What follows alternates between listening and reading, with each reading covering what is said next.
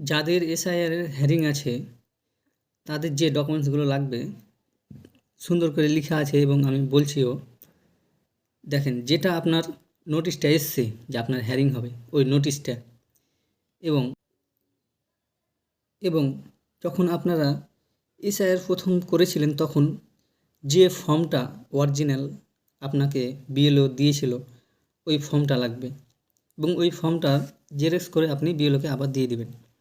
এবং 2002 সালে আপনার যদি নিজের নাম থেকে থাকে তো যেখানে নামটা আছে ওখানটাকে ইন্ডিকেট করে ওটা জেরক্স করে দিবেন, বা যদি আপনার বাবার বা মার বা দাদুর রেফারেন্স ব্যবহার করেন তো সেটা আপনি দিবেন। এবং যার আপনি রেফারেন্স ব্যবহার করেছেন তার ডকুমেন্টসগুলো দিবেন।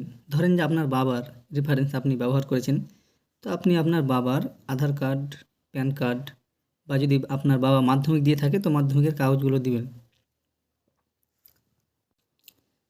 এবং আপনার যে নোটিশটা এসেছিল ওই নোটিশের পিছনে 13টি ডকুমেন্টসের নাম লেখা আছে যে কী কী ডকুমেন্টসগুলো আপনার লাগবে বা দিতে পাবেন।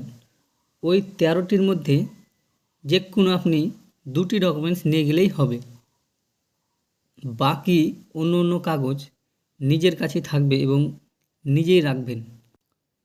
এবং যে ব্যক্তি হিয়ারিংয়ে যাবেন তার জরুরি কাগজপত্র যেগুলো আমি বললাম ওই কাগজপত্রগুলো নিয়ে যাবেন।